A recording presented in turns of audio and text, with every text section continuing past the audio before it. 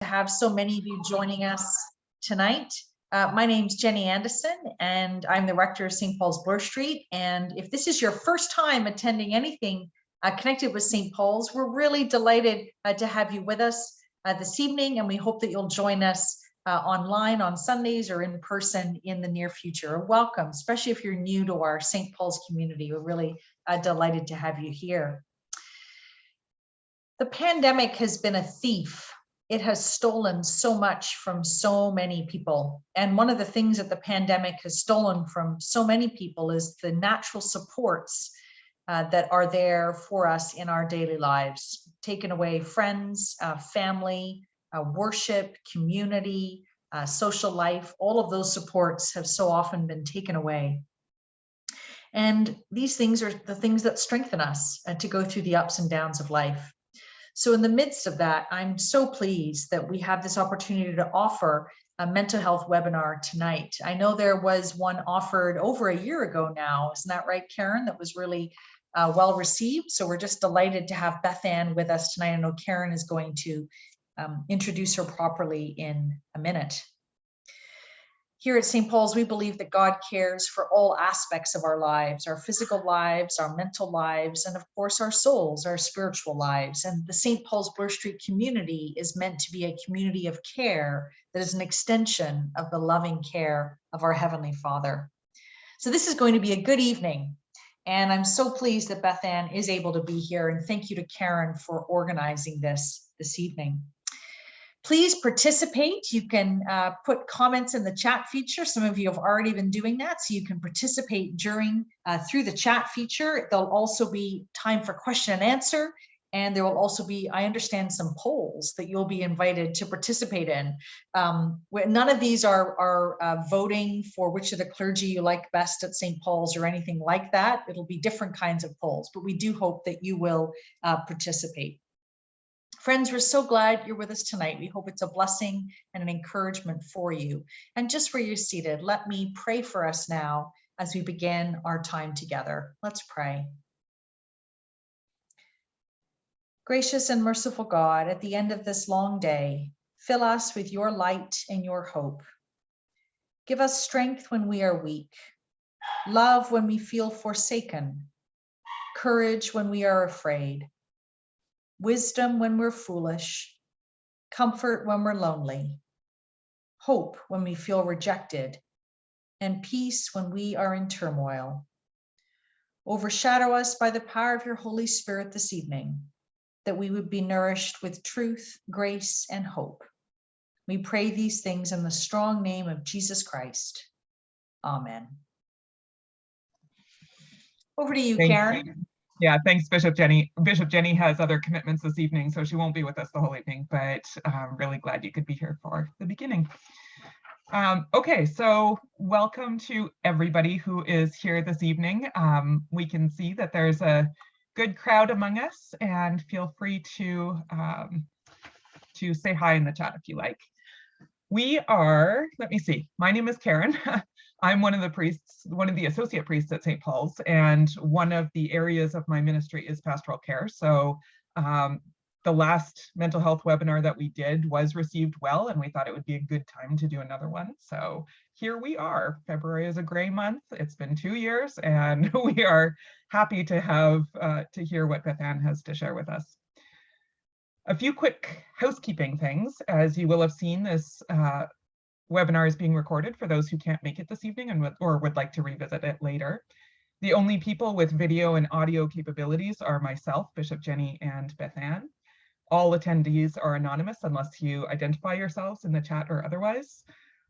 Questions throughout the evening can be submitted via the question and answer box, which is on the bottom of your screen. And you can choose to submit them either anonymously or under your own name. I'll be monitoring those questions, and as appropriate, I'll either direct them to Beth Ann in the moment or save them until the Q&A. So don't be alarmed if you don't see your question come up on the questions list. It will come up when they've been addressed. There will be, as Bishop Jenny said, an opportunity for several polls. These are easy to do, and the results of them will also be anonymous, so don't be afraid to say what you really think. If you have any technical issues, please use the chat box and send me a message, and I would be happy to figure that out for you. And there will also be an anonymous survey that shows up in your browser right after the webinar. It'll just take a minute to fill out. It's just 4 questions, really quick. So please do let us know kind of how things have been and what we can improve in the future. And then finally, the chat function. Hopefully everybody knows how to use chat at this point in the pandemic, but in your controls at the bottom window, there is a chat box. If you're on a mobile device, you can tap participants and then chat, and it'll open on the right side of your screen. And finally, it is my pleasure and privilege to introduce Beth Ann to you. Beth Ann Fisher and I met at Wycliffe College when our paths crossed there. And so when somebody, and we've connected since through in various ways. So when somebody suggested Beth Ann would be a good person for this, I jumped at the chance and emailed her right away. And I was really happy that she said yes. Beth Ann is passionate about integrating spiritual and psychological truths to support whole person well-being. She's currently the Spiritual and Community Life Coordinator at Emmanuel College, which is at the TST as well as Wycliffe. She's also a PhD candidate at Emmanuel and is doing research in the area of cultivating thriving and resilience in spiritual leadership. And I have reason to be thankful for her work in that. I've already tapped into some of her expertise in that area, so grateful for her there. Finally, Beth Ann holds an MDiv from Wycliffe College, is part of the leadership team at Two Rivers Church, which is a mission of the Presbyterian Church in Canada. We are delighted to have you with us this evening, Beth Ann. Over to you.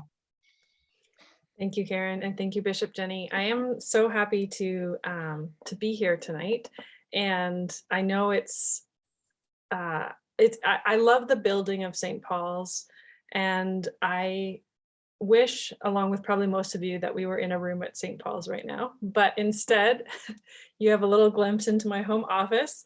You can't see my dog behind me. He's lying down here, but I'm just saying that he is there on the off chance that you hear him barking. I always get startled when he barks, and he probably won't. He's probably just going to sleep this whole time, but I feel like that's an important note to make before we jump in. So thank you. Yeah, tonight we're talking about mental health and spirituality, and I'm going to start sharing my screen so that we can all see this together. So Karen asked me for a title for this when we started emailing. And this is the title that I settled on as we talked about the pandemic and the political things that are happening around us right now. I was really struck with how fragmented life can feel. And then what does it look like to nurture wholeness and connection? So that's kind of the big picture of where we're going. And I'm a pretty interactive person when it comes to how I like to teach and lead times together. So there's going to be an ebb and a flow to our time together tonight. The other reason for that is because I think when we're talking about mental health and spirituality, these are topics that are really not just about taking in information or hearing information, but then sitting with it and thinking about how to integrate it into our lives. So I'm going to go back and forth between talking and then giving us an opportunity to do a short practice, and then talking a bit and then a short practice. So we're going to be going back and forth a little bit with that. And then at the end, we are going to have time for Q&A. So to get a sense of where we're all at tonight and to test out the poll option here, we are going to start with a poll. If Karen is able to bring it up, I hope I can find it while I'm also sharing my screen. Aha, here we go. Which color most reflects how you're feeling coming into tonight? So again, like Karen said, I don't know who votes how. This is not, there's no names attached to anything in the poll function. It's just a sense of where people are at. So if you were going to pick a color for how you're feeling tonight, which color would you pick? And Karen, I think you get to decide when it's done, right? Great. So I'll just give you a minute or two to find that and vote.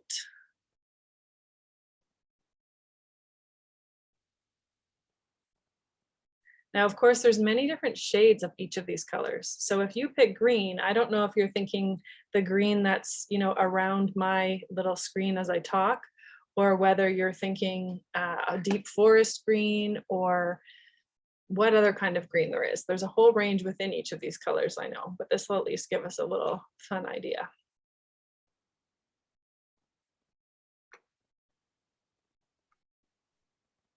All right, if everyone has answered that is wanting to, I think I might end this.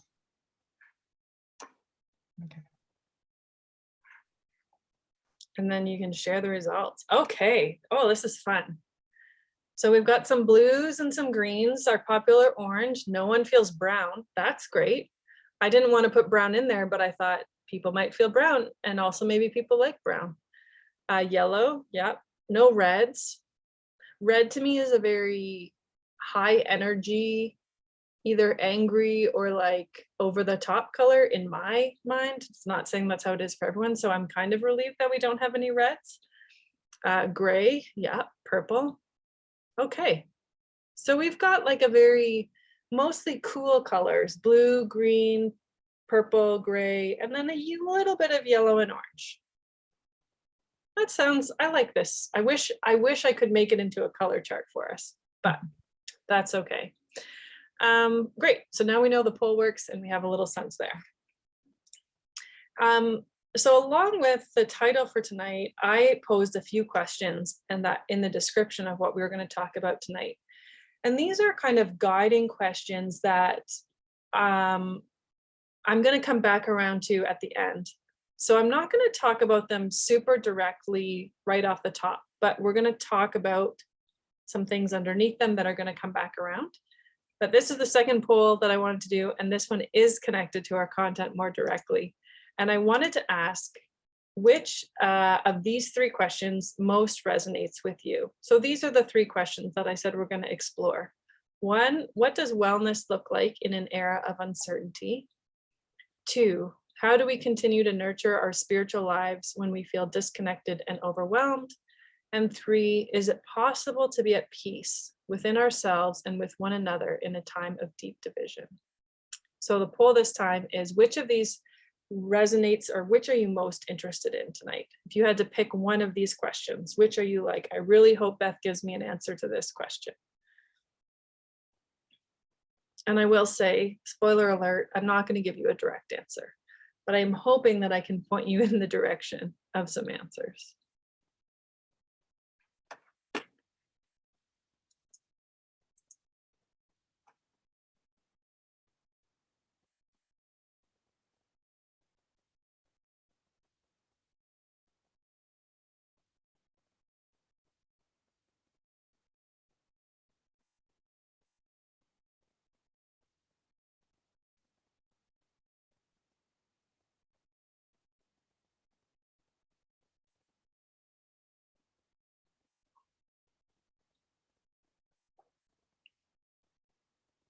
How's it looking, Karen?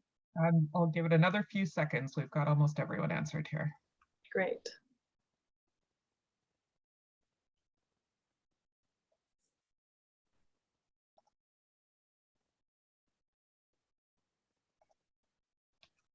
Okay. So almost half of you, is it possible to be at peace within ourselves and with one another in a time of deep division? Okay. And then about a quarter each, what does wellness look like and how do we continue to nurture our spiritual lives? Okay. That's really helpful for me to know. So thank you for that. And then I think what I'm going to do is make sure that when we come back around at the end for Q&A, that there's lots of space to connect the content with that specific question about how do we live at peace with ourselves and with one another, because I do think that's a really important question. Diving in, I want to start with a couple of definitions. And the reason I want to start with this is because we've talked, or we will be talking about a few different things tonight that I really want to be careful how I frame it.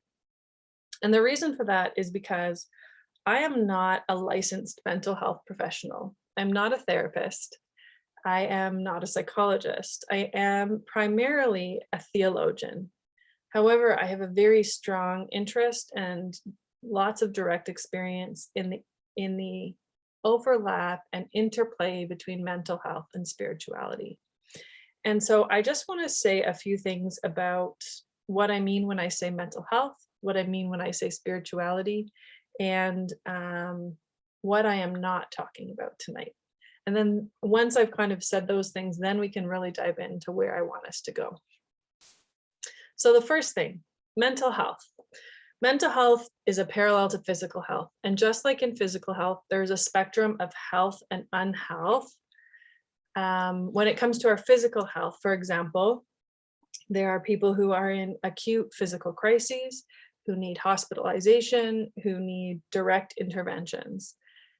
However, just because we're not in the hospital doesn't necessarily mean we are fully healthy. If we want to look at the full spectrum of health or physical well-being, you could say that at one end you have someone perhaps in the ICU being held alive using life support or other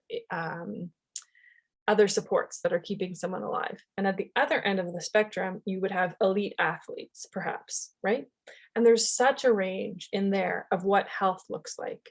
And it's the same thing with mental health. Mental health isn't just either you have it or you don't. It's such a range. We all have creaky parts. We all have things that are a little bit wonky. And that's going to be true of our physical bodies, and that's true of our mental selves as well. And I think it's really important to name that, because I think as we live in a culture that is talking more and more about mental health and also about I want to say official mental diagnoses, I think it's really important to recognize that we sometimes, there's a temptation, I think, to say, I don't have a mental health diagnosis, therefore I am mentally healthy. And in the same way, I might not have a chronic health condition, a chronic physical condition, but that doesn't necessarily mean that every single thing in my body is working perfectly. And so I think it's really important to normalize that mental health isn't something that we either have or don't have, so to speak. And the other thing I want to say about mental health and how I talk about mental health is that it could also be called emotional health or inner health. And one of the reasons that I want to talk about mental and emotional health being together is that I think we often talk about, and I think this is particularly true in church circles, we often talk about the head and the heart, and we talk about them as two separate things. And head means thinking, rational, linear, philosophical, scientific. And then the heart means emotions, intuition, gut feelings. But the thing is, the same brain matter that produces those rational thoughts is the same brain matter that produces what we call emotions. And the same brain processes, little neurons firing and making connections, are involved in both thinking and feeling. And so our emotions live in our bodies and in our brains. And our thoughts and our emotions are not separate things, in that they're the same chemical processes, the same, they're both mental. They're the same root of our brain activity. And I think that's really important to name, because again, it eliminates this false dichotomy, this false binary between being either thinking or feeling. So that's what I want to say about mental health. Second thing, spirituality. So when I talk about spirituality, when I say that this is about mental health and spirituality tonight, what I mean by spirituality are the practices and habits that connect our beliefs about the world and the divine to our everyday lives. So you might call this lived religion or embodied faith. What are we doing that connects these cognitive ideas and these emotions to the day-to-day things we do in our lives. That's what I call spirituality. The third thing I want to say is about integration. So we are not silos, we're not separated towers. Giving attention to our spiritual well-being can support our mental well-being and vice versa. So my approach in the work that I do in theology and in leadership is founded on a belief that our mental, emotional well-being and our spiritual thriving are intricately connected and ought to support one another. So that is really central to where we're going tonight, is that there's this interplay and interaction between emotional mental health and our spiritual lives. And then the final thing that I want to say in the preface is with regards to diagnosed conditions. So within the realm of mental and emotional health, some of the more, I want to say, potent experiences, or some of the more significant experiences, such as acute crises, trauma, neurodivergence, and other diagnosed conditions, are best served by consultation with licensed professionals. And I am not, as I said already, a licensed mental health professional. I do have personal experience with my own mental health and with others who have had diagnosed mental health conditions. But tonight I'm speaking broadly, not about what we might call mental illness, but about general mental and emotional health. So, oh, I've got a bit of a typo in the last line, so ignore that. But we're speaking broadly tonight, and my input is not coming from someone who's a medical practitioner, but someone who has lived within this framework and this space, and someone who has learned a lot, both academically and personally, about this realm. So that's my preface. And the last thing I'll say is, please do feel free to jump in with questions as we go along. I am totally okay with that. And if it fits and works, Karen will have those questions pop in as we go, or we'll save them for the end. I typically, as I'm leading or teaching in a space, I always like to check in and see where people are at. And that is a bit more difficult to do in this webinar format, which is where we're going to have some polls.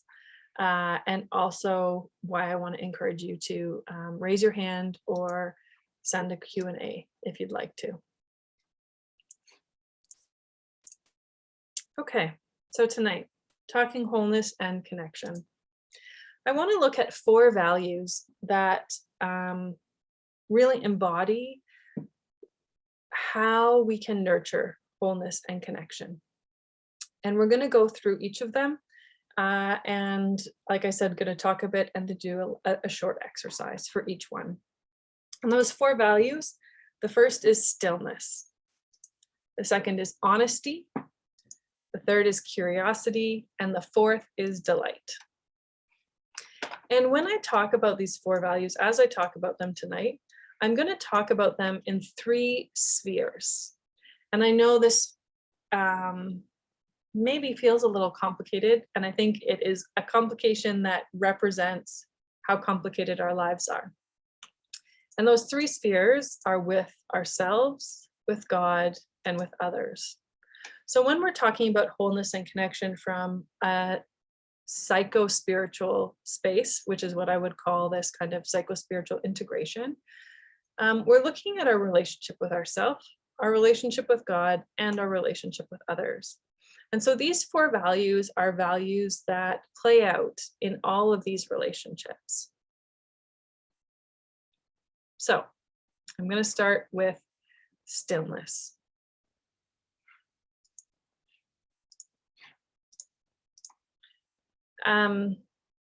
In our contemporary culture, I think we often struggle with slowing down.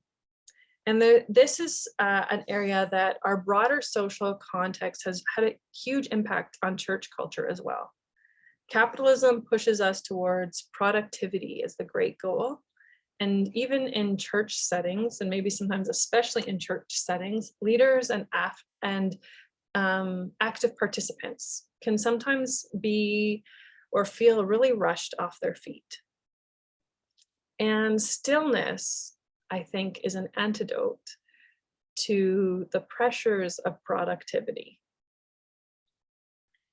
Thomas Merton, who's a famous contemplative and a monk in the States, wrote back in the 1950s, so well before this technological age and the push for even more fast-paced life.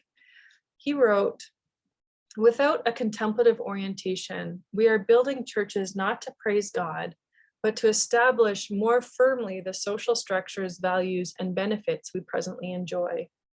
Without contemplation and interior prayer, the church cannot fulfill her mission to transform and save humankind. Without true, deep contemplative aspirations, religion tends in the end to become an opiate." And what I think is important that Merton is saying here is that we can fill our lives with spirituality, with faith, with religion, and use it to numb ourselves rather than using it to more deeply engage with who we are and our place within this world. And so practices around contemplation and slowing down challenge us, in part because they open us to the discomfort of our own inner reality. And for many of us, our relationships with God can be, I want to say it's sometimes possible to hold ourselves at arm's length, to have a relationship of mistrust with our own selves. And in that sense, contemplation and stillness help us bring our own selves fully as we are to what is happening for us spiritually as well. I want to read a short quote for you and then say a few more things. So, we cannot love a soul without loving the body that is in it, that it is in. And we cannot love a body without caring for the particulars of that person. So we cannot love a soul without loving the body that it is in. And we cannot say we love a body without caring for the particulars of that person. And that's true of ourselves as well as others.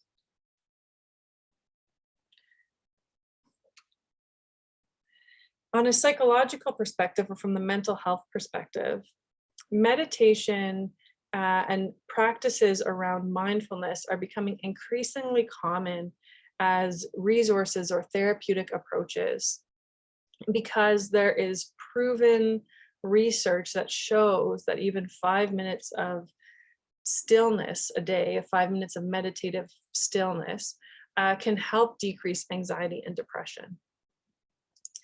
And so in the Christian tradition, contemplative prayer is a practice that has existed for centuries, from the early days of the church, the early days of the desert ammas and abbas, or mothers and fathers. In the 3rd and 4th century, people started going to live in stillness. And so it's been a long-standing tradition within the Christian faith. And when I talk about contemplative prayer broadly, what I'm talking about is a range of practices that invite us to connect with God. The focus is not on asking things of God, and it is not even necessarily on receiving with God, but being present to and being present with God. So this is maybe familiar to some of you. Maybe some of you have practices of contemplative prayer already in your life. I'm going to tell you briefly about a few different prayer practices, and then we're going to do one of them together. So there's something called imaging, which is picturing yourself in a particular and restful space, inviting God to join you there, and simply imaging or imagining how your interaction with God would unfold. This might be a favorite place from your life or your childhood. This could be a peaceful outdoor space. It could be anywhere that to you is a space of restfulness. Another one is centering prayer. And centering prayer, you have a word or a phrase that acts as your anchor.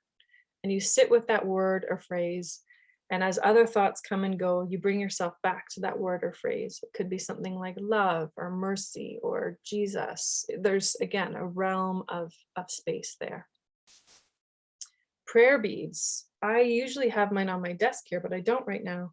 But prayer beads, you would use prayer beads to pray through a set prayer. And as you mark it with your hands, it allows you to have a sense of motion, to have something tactile. If you're someone who physical stillness is a struggle for, I find prayer beads very helpful in that regard.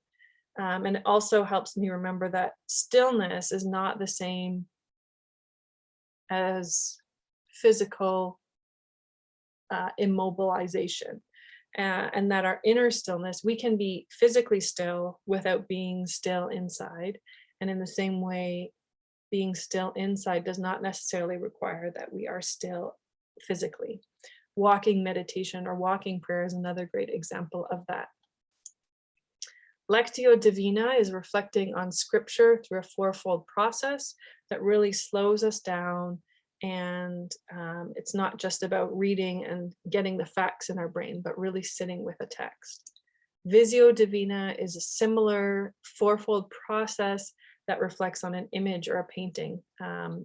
People can use icons, sacred paintings, paintings of religious, when I say stories or histories, whether from the Bible or from the history of the church, or other images, again, that speak to our souls. And then daily examine, which is an Ignatian practice. The Ignatian tradition is a particular Catholic monastic community that have a very specific structures in terms of how they pray. So these are just some of them, and we're going to touch on a couple of them tonight. We're going to do some Lectio Divina shortly, and later we're going to do a little brief daily examine.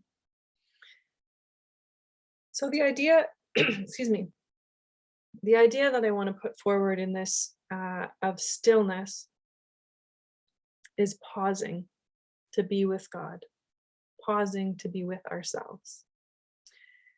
And like I said, stillness is not synonymous with silence, but it is connected to silence in many ways. And learning to find comfort and space in hitting pause on that push to productivity. So I'm going to invite you into this for a few minutes with me now. I'm going to lead us through a Lectio Divina, which literally means divine reading, using Psalm 130, which is one of my favorite Psalms. What I'm going to do is I'm going to read it, and I'm going to invite you to find a comfortable seat, relax, maybe even close your eyes, and just listen. And I'm going to read this Psalm, and I'm going to ask you a question to consider at the start. I'm going to read the Psalm. We'll sit in silence for a minute, and then I'll do it again. And each time I read the Psalm, I'm going to ask you a new question. And I'm going to invite you to be still with this Psalm. Find a comfortable spot, maybe shift your legs if you need to. I always find having my feet on the ground often helps me feel relaxed, but not quite sleepy. And maybe move your shoulders if you want to, or your neck. I know I end up doing this a lot during the day, so roll it out so you feel comfortable and so that your body feels at ease. Because, and again, this is about the integration. If our bodies don't feel at ease, it will be more difficult for our minds to become still, because we're integrated, we're connected beings.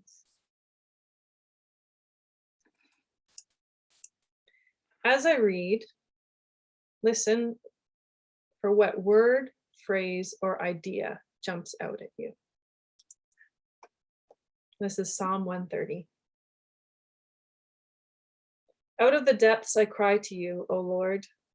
Lord, hear my voice. Let your ears be attentive to the voice of my supplications.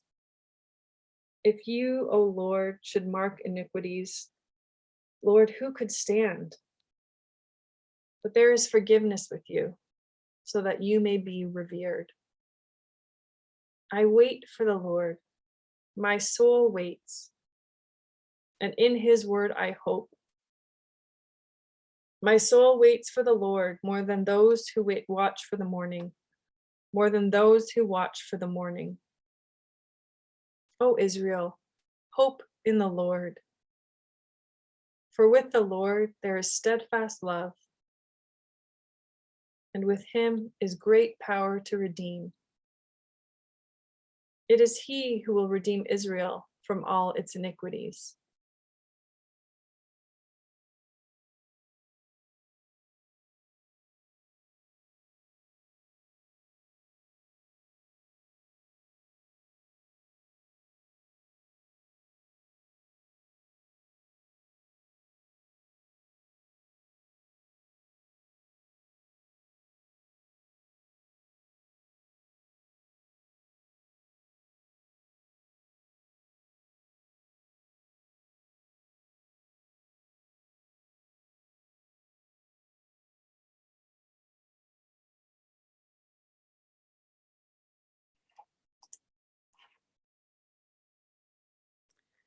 I'm going to read, I know Karen has said feel free to type it in the chat, but I'm going to ask you actually to hold on that. Sorry, Karen. I want you just to sit and listen until we go through this the fourth time, and then I'll invite you to share with us.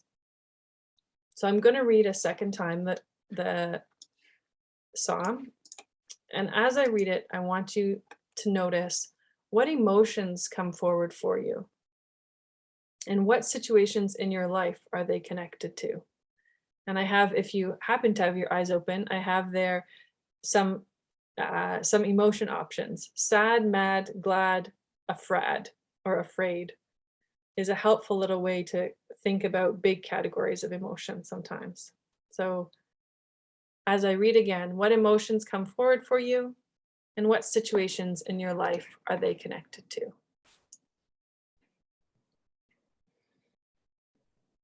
Out of the depths I cry to you, O Lord. Lord, hear my voice. Let your ears be attentive to the voice of my supplications. If you, O Lord, should mark iniquities, Lord, who could stand? But there is forgiveness with you, so that you may be revered. I wait for the Lord. My soul waits, and in his word I hope. My soul waits for the Lord, more than those who watch for the morning, more than those who watch for the morning. O Israel, hope in the Lord. For with the Lord there is steadfast love, and with him is great power to redeem. It is he who will redeem Israel from all its iniquities.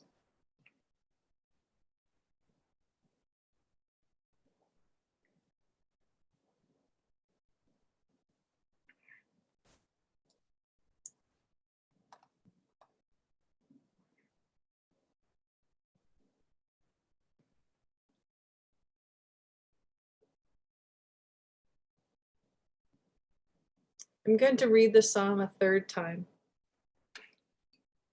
And as I do, my question to consider is, what invitation might God be offering to you?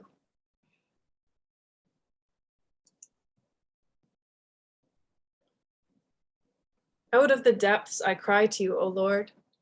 Lord, hear my voice. Let your ears be attentive to the voice of my supplications. If you, O Lord, should mark iniquities, Lord, who could stand? But there is forgiveness with you, so that you may be revered. I wait for the Lord, my soul waits, and in his word I hope. My soul waits for the Lord more than those who watch for the morning, more than those who watch for the morning. O Israel, hope in the Lord, for with the Lord there is steadfast love, and with him is great power to redeem.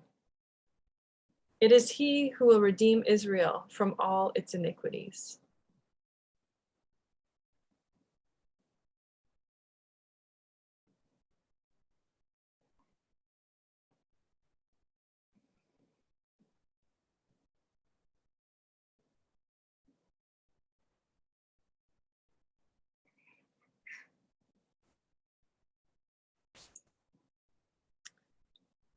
I'm going to read the psalm one more time, the final time. And this time as I read, I'll give you space to consider, how do you want to respond to God?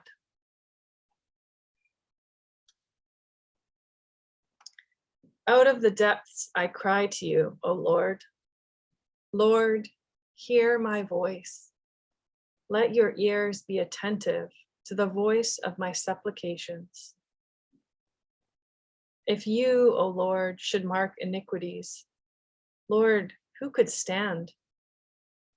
But there is forgiveness with you, so that you may be revered.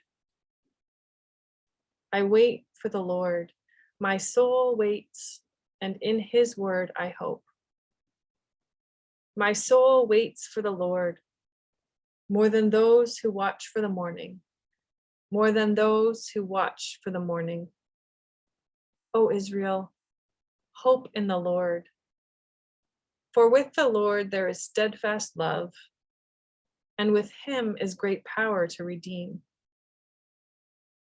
It is he who will redeem Israel from all its iniquities.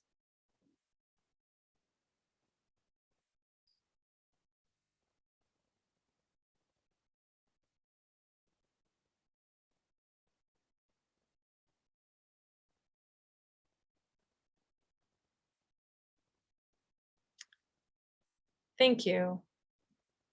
I'm going to pause sharing my screen for a moment. And I'm going to invite you, if you would like to share in the chat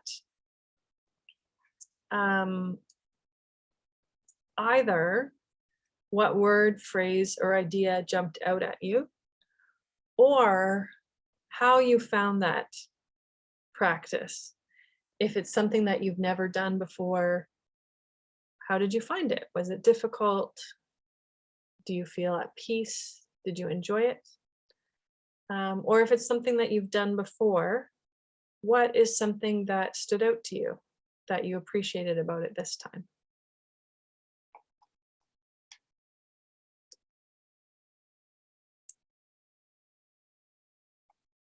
So forgiveness, eternal life, patience and gratitude. Wait for the Lord.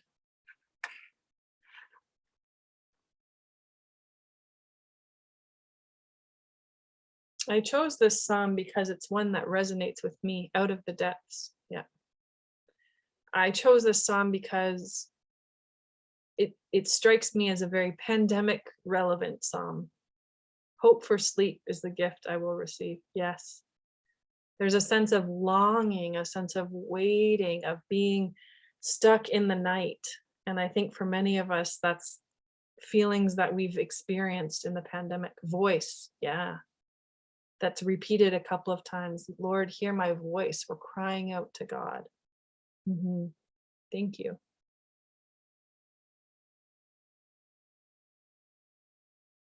In the Lord is steadfast love, and in him is the power to redeem.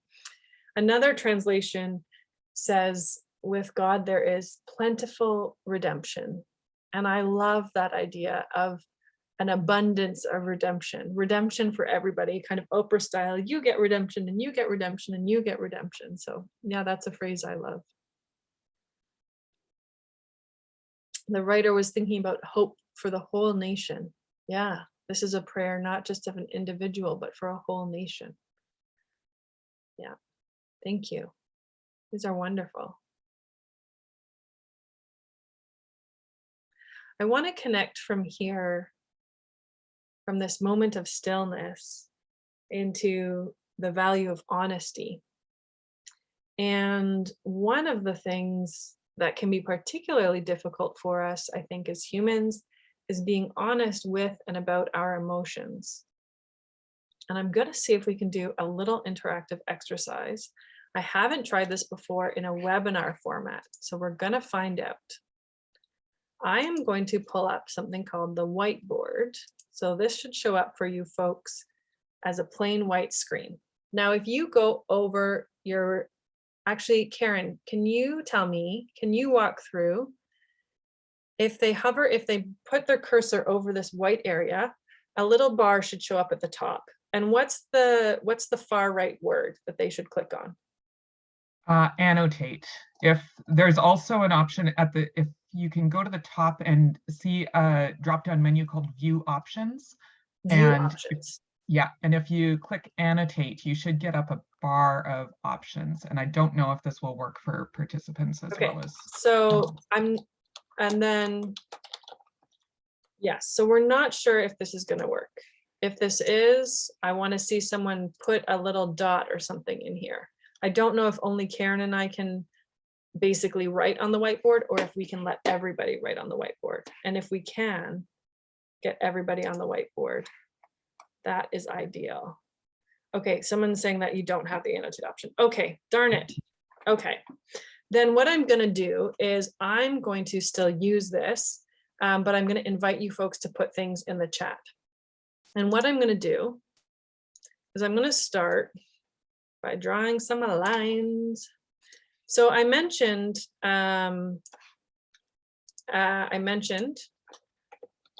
these words: glad, sad, mad, and afraid or afraid. And I'm mentioning these because these are the four of the main categories of emotions that we experience as humans. And I already talked a little bit about how our emotions are produced in our brain. It's brain chemistry happening in our emotions. And another way to think of emotions is that emotions are the names we give to felt sensations in our body. So for example, when I say the word anger, I imagine many of you immediately think of clenching your jaw or putting your fists up like this. If I mention sadness, you probably feel I want to say almost like a deflation, like an exhaling, a weakness in the body. Afraid, fear, we turn in like this. We kind of want to do something like this when we feel fear. And gladness or happiness, we feel an openness in the chest, and our face will often open up as well, right? Our emotions are not just concepts. They're brain chemistry and they're feelings that happen in the body. And the reason that I'm kind of maybe feels like I'm going on a tangent here, which trust me, it's not, is because emotions I've been raised in the Christian faith, which I am thankful for in many ways. But one of the things that I perhaps erroneously internalized from a young age was not to trust my emotions. And now I've come to understand that emotions are messengers. Emotions are simply information that my body and my brain are giving me about how my body and brain are experiencing the world around me. And I used to be really afraid of my emotions. I used to be afraid, particularly of the difficult emotions, anything that wasn't gladness. And so when I had that fear about my feelings, I wasn't able to be honest with my feelings because I was scared of them. And one of the things that I love about Psalm 130 and many of the other Psalms is that the psalmist is really honest. They name the longing that they feel. In other Psalms, they name their their sadness and their anger. And here they name a bit of fear as well. Like, God, if you keep a record of sins, like, we're all doomed. There's a sense of fear there, right? So what I want us to do in this little exercise is I want you to just type into the chat any words that are feeling words. So anything that you would say is an emotion, type it into the chat, and I'm going to put them onto this. I wanted us to be able to put it on together onto this graph, but I'll put them onto the graph as we go. So start typing them in. Anxious, great, yes.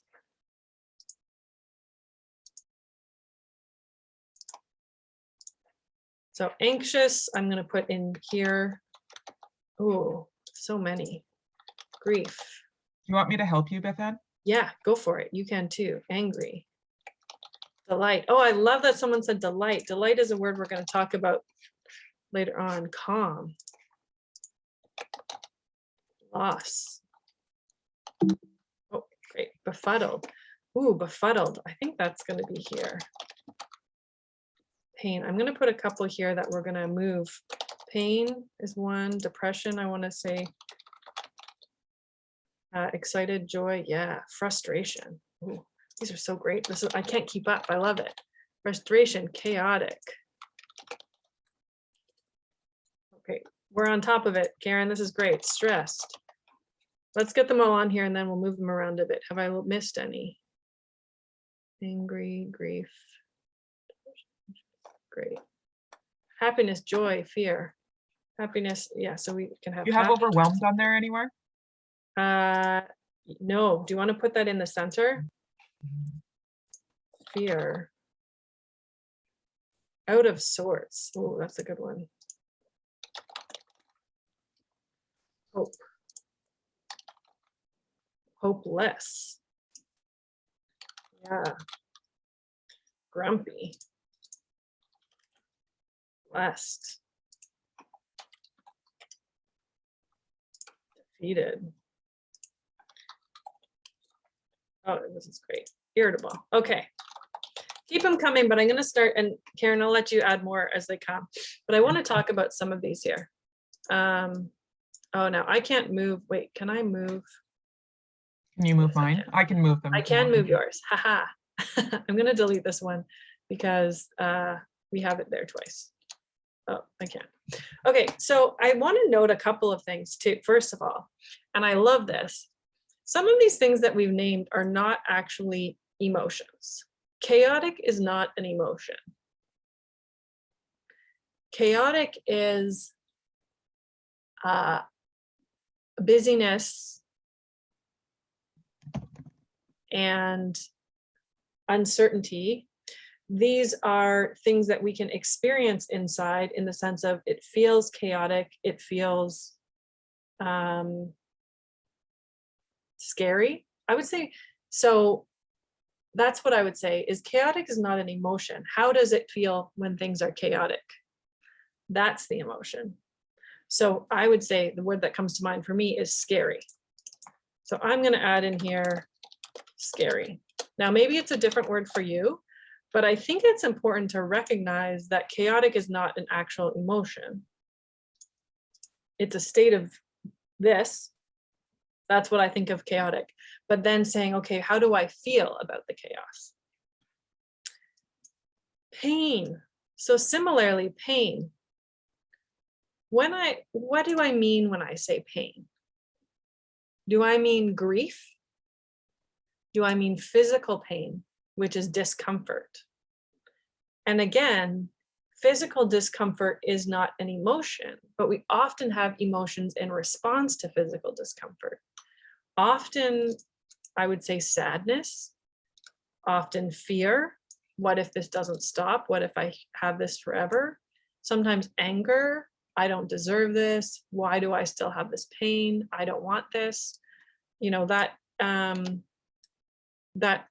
again, pain is a thing that we respond to with emotions. Stressed. When we say stressed, what do we mean? What do we mean? I guess we feel overwhelmed. I think these often go together.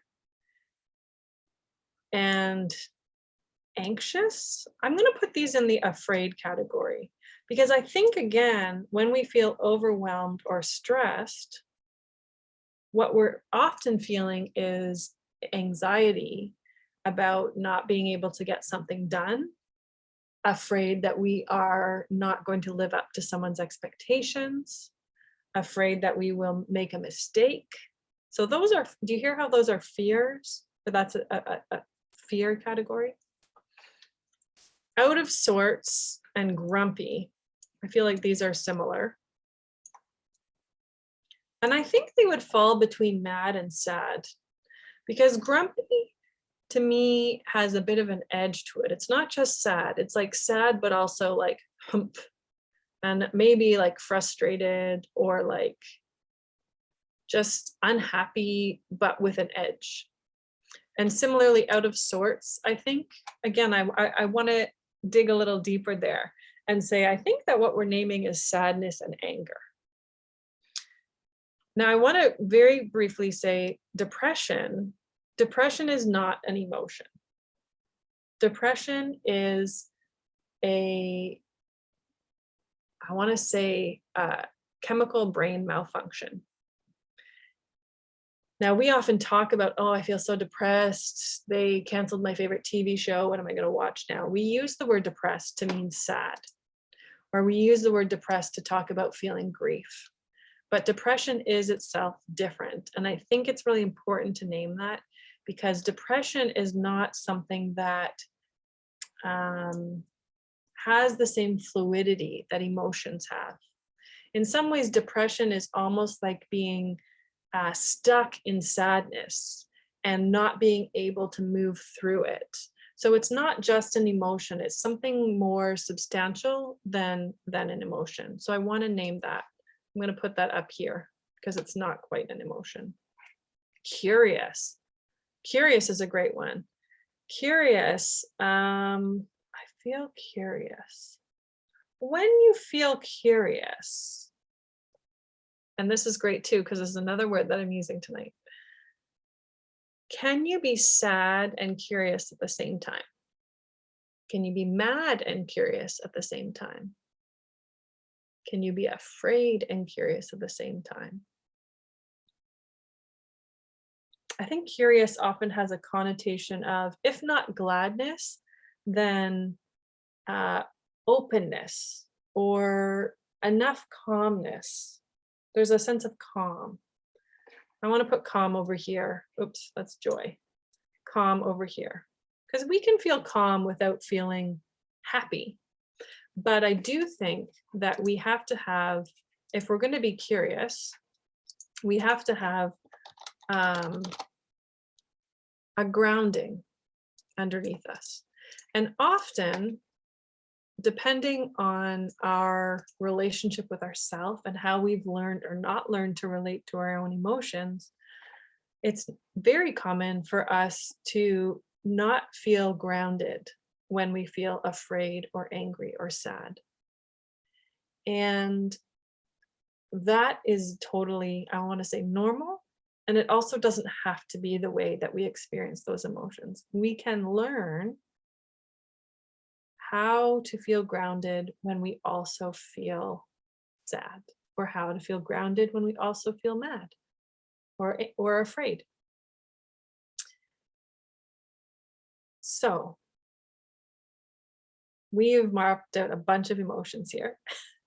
And what I just want to say about this, I'm going to switch now. I'm going to save this. And I'm going to stop sharing and go back to my other screen to share with you. So talking about honesty and opening to our own emotions. So this is the little mnemonic device that I've given you, the sad, glad, mad, afraid. And I want to read just a couple of quotes. One is from Walter Brueggemann, who's a theologian, and he's talking about the Psalms when he writes this. And he says, "Nothing is out of bounds, nothing is precluded or inappropriate. These Psalms make the important connection. He's talking about what are called the Psalms of Lament, Psalms of sadness. These Psalms make an important connection. Everything must be brought to speech, and everything brought to speech must be addressed to God, who is the final reference for all of life. But such a faith is indeed a transformed faith, one that does faith in a very different God, one who is present in, participating in, and attentive to the darkness, weakness, and displacement of life.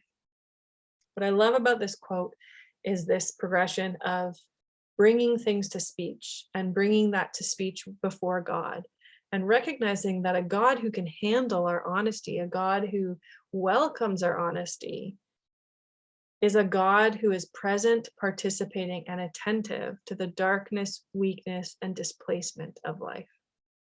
And that's our God. And that means that our God is safe to bring these things to. I want to make a quick side note. This isn't on, I have a list of resources at the end. This isn't on my list of resources, but there's a book coming out today by an author named Crispin Mayfield, which I'll write this in the chat shortly. And the book is about, it's called Attached to God. And it looks at how we understand our relationship to God and attachment science, which is a branch of psychology that looks at how we learn to form connections with other humans primarily based on our relationships with our caregivers as children. But this book I'm really excited about because Crispin is a therapist who's done a lot of work and research around this. What does it mean to feel safe with God? So that's a book I'm really excited about. And if this stands out to you, that might be an interesting resource to think about this some more. And the second quote is from Pam McCarroll. She's a professor at Emmanuel at Toronto School of Theology. And she wrote, "Central to the contemporary focus on lament is the extent to which such expression is not only therapeutic in its cathartic release and dynamic in its expression of faith, but also through protest and resistance participates in making a more just world." In other words, having the freedom to express our sadness, our sorrow, our anger, our grief, our fears, it's not only therapeutic, which it is, and it not only expresses this faith that God can handle this, that God is safe for this, but it also helps us to move towards protest and resistance, to move towards making the world just. I have so much I want to say about each of these, but we got to keep moving. So we're going to go on to the next one, the next value, curiosity. Now, I don't know if you folks each have a piece of paper or a pencil with you. I think I did ask Karen to suggest that. But what I want to do is be curious together about ourselves, each about our own selves, and to see if we can be present to ourselves in a curious way. So when I talk about wellness, and I mentioned this before, how we're not siloed, we're not towers of separate things that don't interact with each other. So when we talk about wellness, when we talk about wholeness, there's different facets of life that are involved there. And this image is an image from Dr. Wanda Malcolm, who's professor of pastoral psychology at Wycliffe, and a woman that I've had the great privilege of working with for over 7 years now. And this is an image that looks at wellness as a set of interlocking circles, as you can see. And it imagines our life as a human as the sum of these realms: physical, vocational, financial, psychological, spiritual, relational. Vocational here means, a sense of calling or a sense of purpose, a sense of contribution to the world. And as you can see here, they're overlapping because they interact with one another and they feed off each other. Sometimes they support each other, sometimes they may pull away from each other. So what I want to do with you, if you've got that pen and paper, is I want to invite you to draw a flower. a simple flower with 6 petals. And we're going to call this the wellness flower. And if you want to, you can write down on each of these petals what the different aspect is. And so I want to give you a couple minutes to be curious with yourselves. How would you fill in each of these petals right now? Each of these parts of your life. What does the wellness flower of your life look like? Perhaps it would look something like this. Maybe you'd say financially, psychologically, I'm doing pretty good. Vocationally, it's okay. Physically, it's okay. Relationally, I'm really feeling isolated and it's been really hard. And spiritually, similarly, it's been tough. Maybe it looks like this. Relationally, filled up. Physically, been out for my walks every day. Vocationally, happy with my job. Financially, I'm making ends meet, but I'm not feeling like I'm saving for the future. Psychologically, maybe I've been realizing there's ways that I'm living in the world that I don't want to keep doing this way. And perhaps that is spiritually feeling like, how do I connect this? These are the values I say I hold, and I don't always see them lived out in my life. I'm not sure how I feel about that. Maybe this is it. Feeling good spiritually, feeling good relationally. Physically, it's okay. Vocationally, yeah, pretty good actually. Financially, I'm struggling. I'm barely making ends meet. But the work I do is fulfilling. That's where we see the vocational fulfilling. And psychologically, I'm headed in a direction that I want my life to be going in. Maybe it looks something like this. There's no right and there's no wrong. But I want to give you a minute or two more, and I hope you've started as I've been talking, but just to fill in for yourself, what would your flower look like if this was the flower of your life?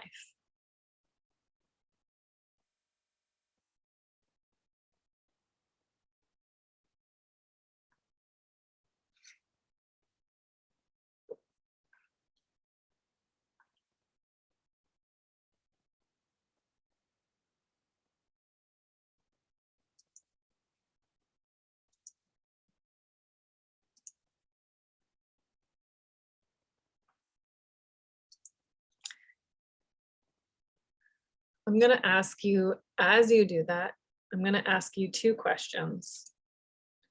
And I'm going to invite you, if you want to share in the chat, your answer. So my first question is, what is one thing to celebrate about how your flower looks? What's one thing you'd like to celebrate? It could be, I'm feeling spiritual, I'm feeling spiritually full. It could be something like, financially, I'm fuller than I was a year ago. Maybe if you're working in an industry that was really affected by COVID. Because this is a snapshot, but you know the direction of these. You might have a gut sense of being able to say, relationally, 6 months ago, I was in a really tough place, and now I'm feeling fuller. What's one thing you want to celebrate about how your flower looks?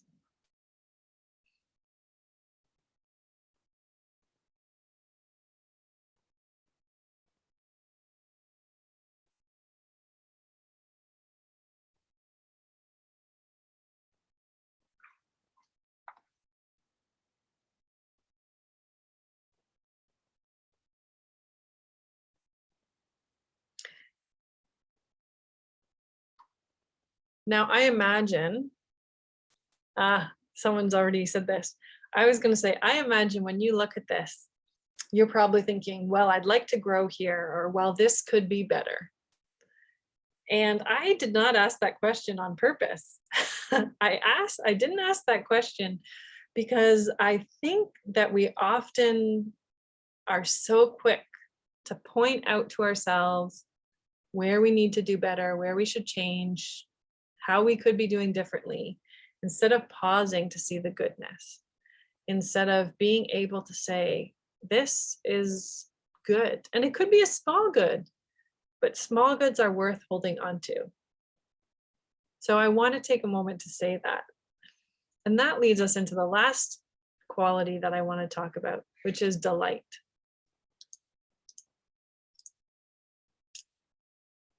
Now, I want to have time for some Q&A, so I'm not going to give us too much think time here, as much as I would like to. I would have liked to spend a bit more time with these questions.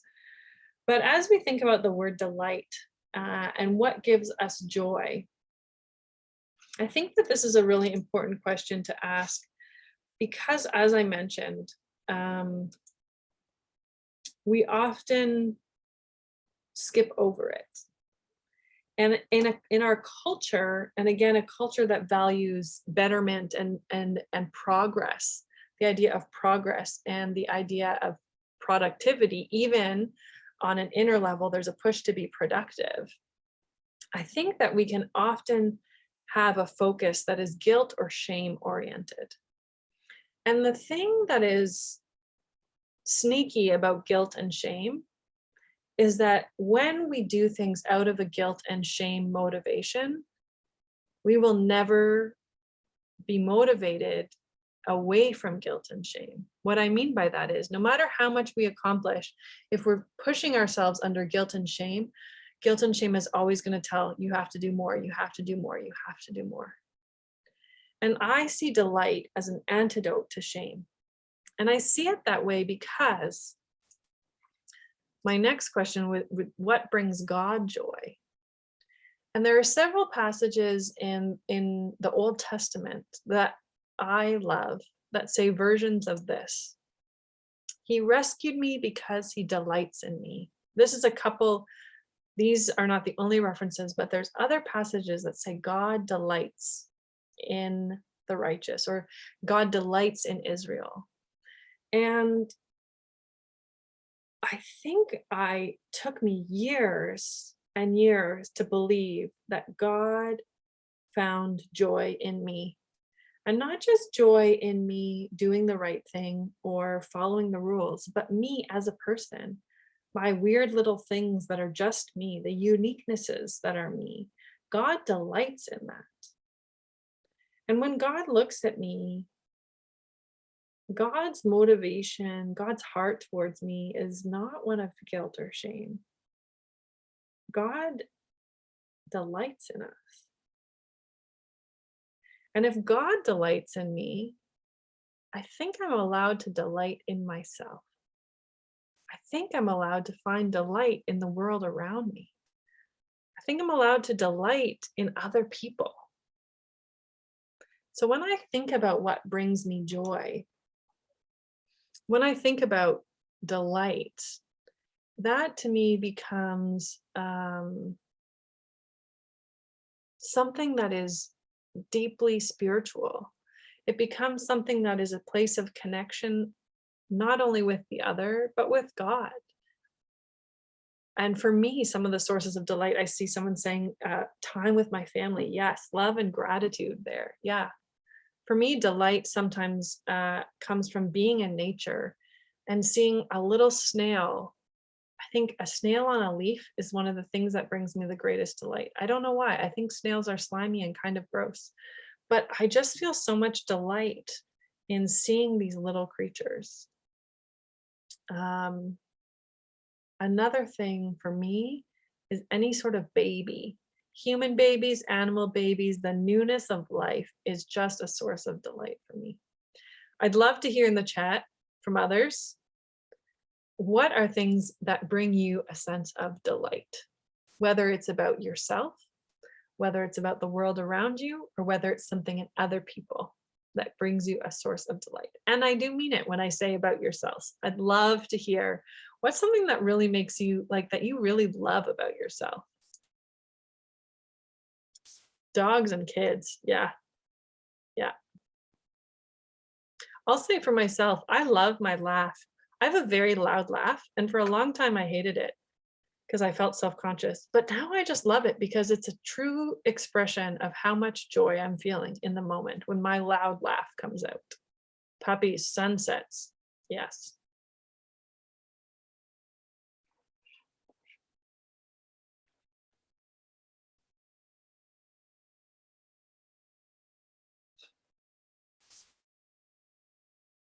Flowers, birds, my sense of humor. Yeah. All of creation. Yeah. The first moment of gardening. Oh, artworks. Yes. Yeah. Art is like visual art, painting, making my husband laugh. Yeah. Yeah. The ability to share delight is something even more exquisite. The only thing better than having a moment of delight on my own is having delight with someone else. In the fall, I went for a walk with someone out in the woods, and we went off the path and we found ourselves in a little clearing. And I looked up and there were 3 deer grazing ahead of us. And I said to my friend, I said, look at the deer. And the deer looked up at us and then they went back to grazing. And I just stood there. And it was probably one of the most moments of delight I've had to watch these deer graze and to share that with someone else. And I've multiple times since then, in the last several months, I've said to them, hey, do you remember that moment? Wasn't that incredible? And that getting to share that with someone is that next layer of delight. It's that connection, that shared connection around shared joy, and how different that feels. I'll make a comment here, how different that feels from a connection around complaining, which is another way we often connect with people, is through shared complaint. Oh, a pillow of swaths of snow, quieting a city. Music, yeah. Thank you. I was hoping we'd have time to do a brief examine. We don't have time to do that, so I'm going to go forward to wrapping up. So we started with these questions. What does wellness look like in an era of uncertainty? How do we continue to nurture our spiritual lives when we feel disconnected and overwhelmed? And is it possible to be at peace? Now, I'm going to give us time to have some Q&A, and we can dive into these questions a bit more specifically. But I want to come back to, again, so I talked about 3 types of connection: connecting with ourselves, connecting with God, and connecting with others. And as we do those, as we cultivate in those connections, stillness, honesty, curiosity, and delight, I think we can move towards these things. When we're able to have stillness, honesty, curiosity, and delight with ourselves, when we know that those are safe with God, that is how God is with us,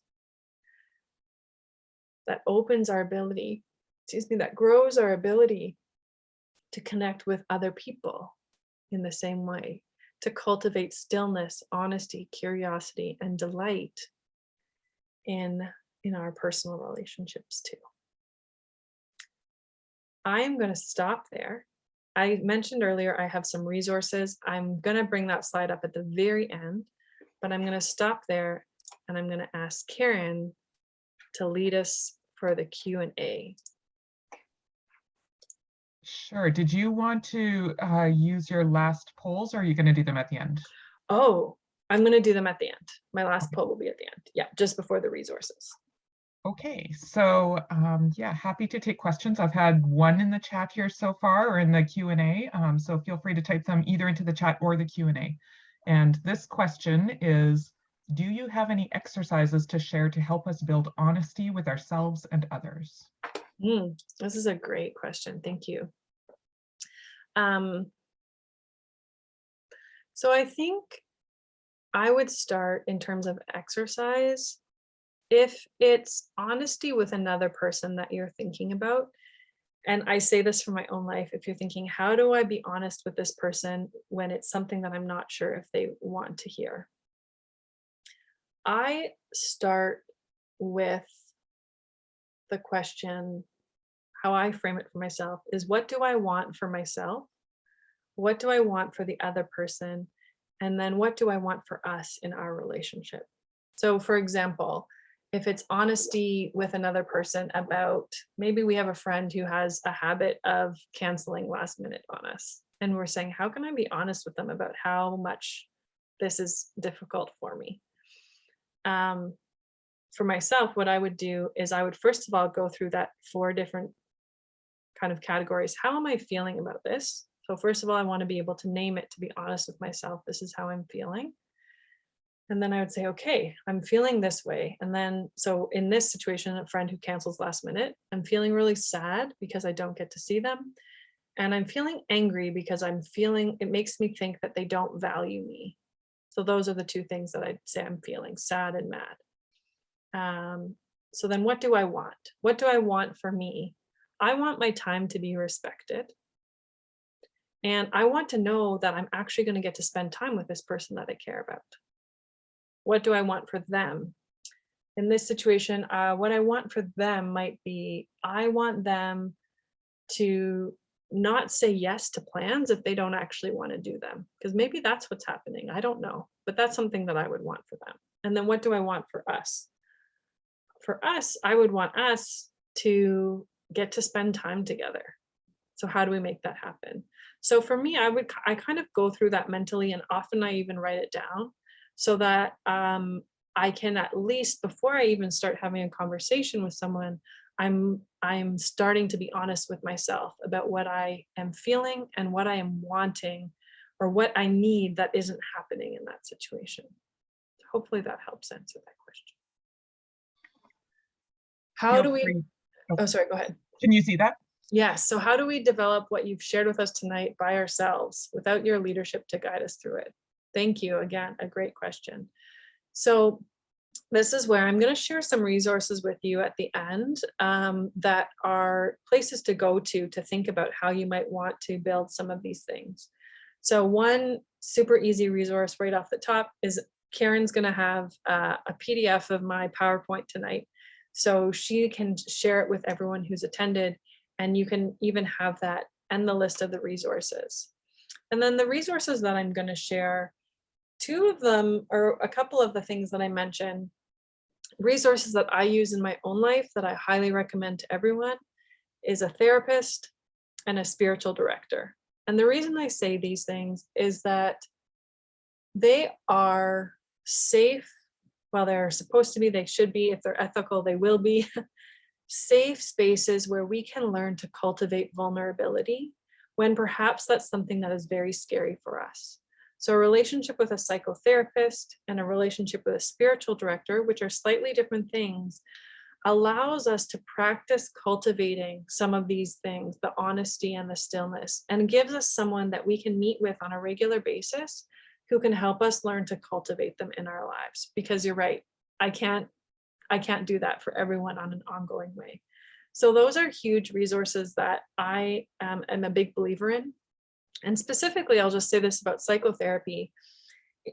Again, comparing mental health and physical health, if you have an injury, if I sprain my ankle, I go to the doctor and the doctor will send me to a physiotherapist. And with the physiotherapist, we will spend time figuring out what is hurting, learning exercises for me to do to strengthen my ankle, spending time putting, heat on it, the ultrasound thing, all of those things that are helping to heal that wound. And then we get to a point where we say, okay, I think I just need to keep continuing doing my exercises and I should be okay. And then I go on my way. And if I sprain my ankle again, or maybe I don't know, do something else, I throw my back out shoveling snow, I can go back to that physiotherapist and say, hey, I have a new ache or pain. Can you help me work through this one? And in the same way, psychotherapy is that resource. It's that place for learning those exercises and for being able to come and say, I have this kind of like this, I have this wound, I have this thing that's aching and I'm not sure what to do with it. How do I get to a place where I feel like I can carry this forward on my own? And so that's how I view therapy. I think a lot of us treat it as if it's an emergency room. We wait till we're having a heart attack, or we wait until we can't breathe, and we don't do anything until we wind up at emerge. And if you have had that experience in your life, it's terrifying, it's expensive, and that the recovery takes a lot longer than if we take a more proactive approach that says, I've tweaked this thing in my back, I'm going to go to see the chiropractor or the physiotherapist before it gets worse. In the same way, I think psychotherapy is great for that. Spiritual direction, a little bit different. but it's really just meeting with someone one-on-one on a regular basis to talk about your spiritual life, to have safety, to explore, and to have someone who gets to know you over time and can offer input and support in your spiritual journey. I've had a spiritual director for 10 years since I started meeting with a spiritual director. I had one for 9 years, and then she decided that she's going to become an Anglican minister. So she's now in the process as a postulant in the Niagara region. And so I've found a new spiritual director to meet with. But it's a part of my life that I cherish. Thank you for sharing someone who meets with a Christian psychotherapist. That's wonderful. There are sometimes you can find people who come to psychotherapy from a faith perspective, and that means that you can have a kind of integrated conversation there, which is wonderful. And I did, in the link that I'm sharing to a kind of a directory of finding psychotherapists, you can search by faith tradition. So if you want someone who is within that faith, and I imagine St. Paul's might also have some resources if you want to connect with Karen. She might have some more specific suggestions of folks to connect with. Yeah, for sure. Yeah, reach out to me if you're looking for help in that area. And I want to add as well, I also have a psychotherapist and a spiritual director I meet with regularly, and it has been so beneficial to me. So I echo everything you just said. Other questions?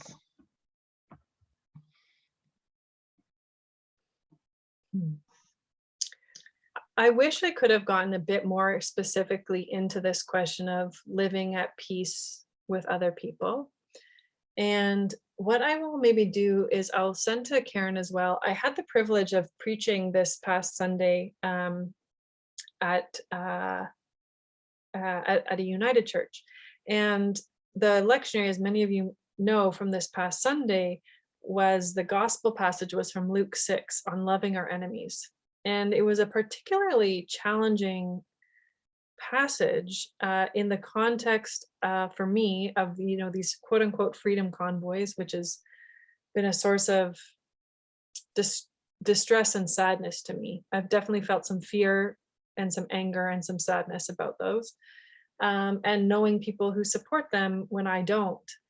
And anyways, I found that passage a particularly helpful and challenging one. And so I'll send the text of my reflection on that to Karen to share with folks, because I don't have time to give it again, but that will give you maybe a bit more specifics in terms of how these things tie into that particular question of living and navigating division with other people right now.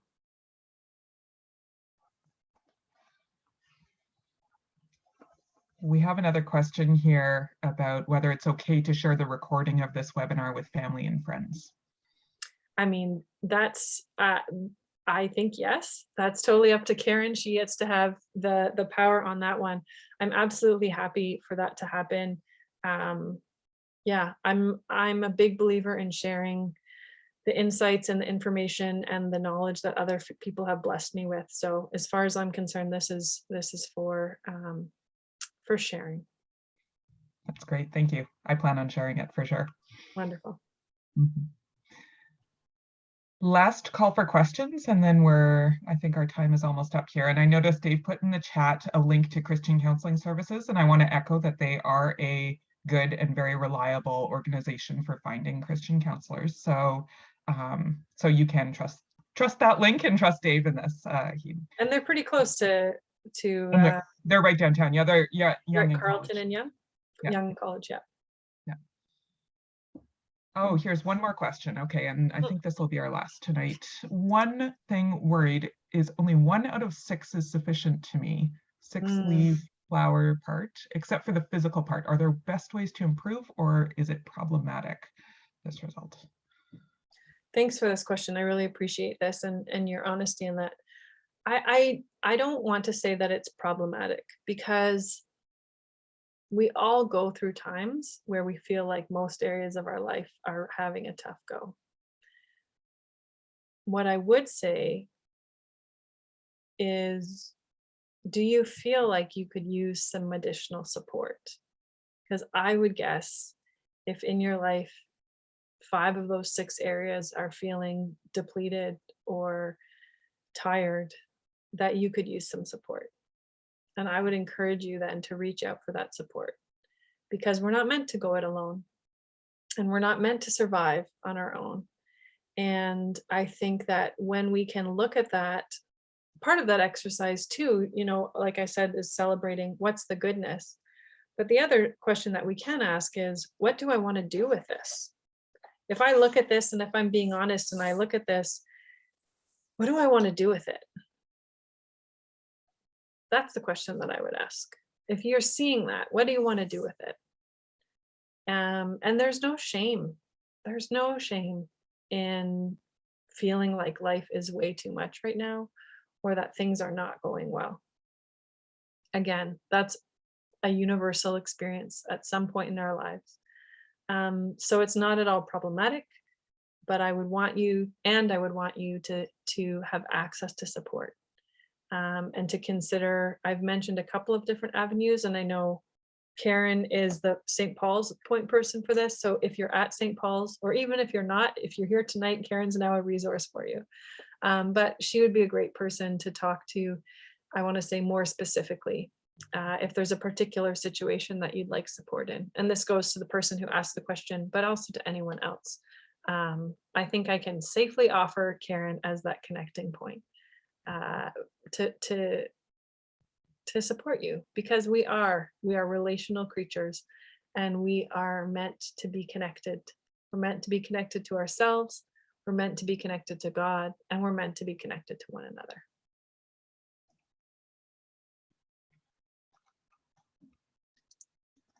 All right, I think with that, we will draw this evening to a close. I want to thank you, Beth Ann, for everything that you have shared with us this evening. This was really good for me to hear. I hope that other people have also found it very valuable. And I love especially the values you talked about: stillness, honesty, curiosity, and delight, and ways to cultivate those. So I think you've given us lots to think about and lots to work with, and you have the list of resources that you will. Oh yeah, so let's ask the final poll as people head out. Oh, right. So final poll is, which value are you feeling closest to, and which value feels furthest away? So we'll ask the first one, which value feels closest to you tonight? And as that goes on, I'm putting up a list of resources, including some apps. I forgot to talk about those. I'm a big fan of apps. There's apps that are like emotionally supportive. So perhaps if you don't have the finances to be in therapy on a regular basis, or you want to be something daily, there's some great apps that are helpful in that regard. And there's also some great contemplative prayer apps that might help you with some stillness. So anyways, that's all on the resources. But yeah, which value feels closest to you tonight is the first question.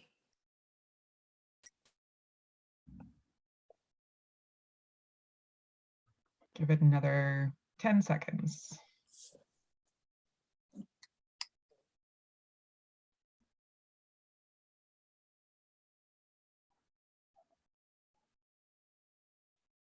Okay. Okay. Honesty, stillness, curiosity, delight. Thank you. Honesty, that's a great one. I feel like honesty is such an important starting point. And then which feels furthest? And it's okay for something to feel far. There's no pressure here. This is just thinking which one feels like, oof, that's not in my life right now, or I would like that to be there. Or maybe it's like, yeah, I feel a little bit, but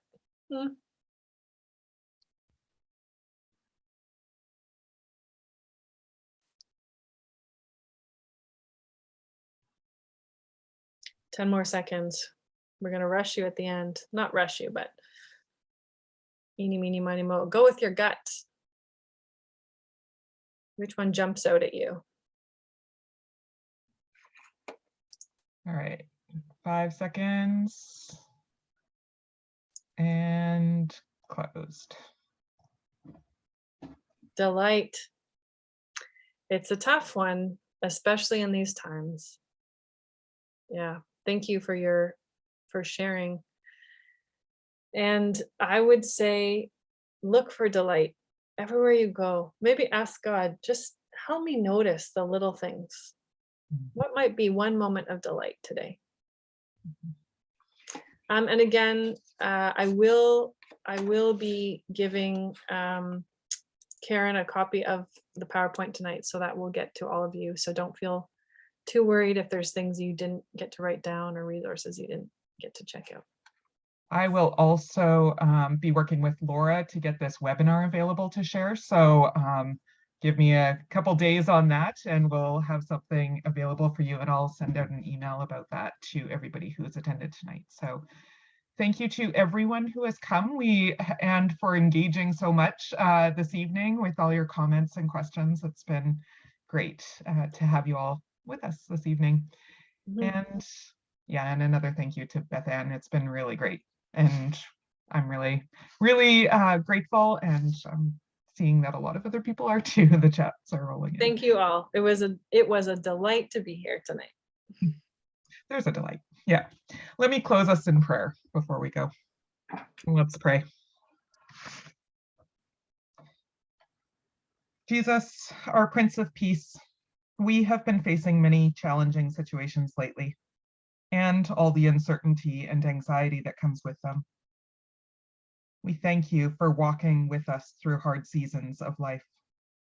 We thank you deeply for the wisdom and knowledge that was shared with us this evening, and we pray that it would bear good fruit in our lives. As we go now, Lord of Peace, grant us your peace at all times and in every situation. Quiet our minds and bring tranquility to our hearts. And all of this we ask in your name. Amen. Thank you all, and have a good rest of the night.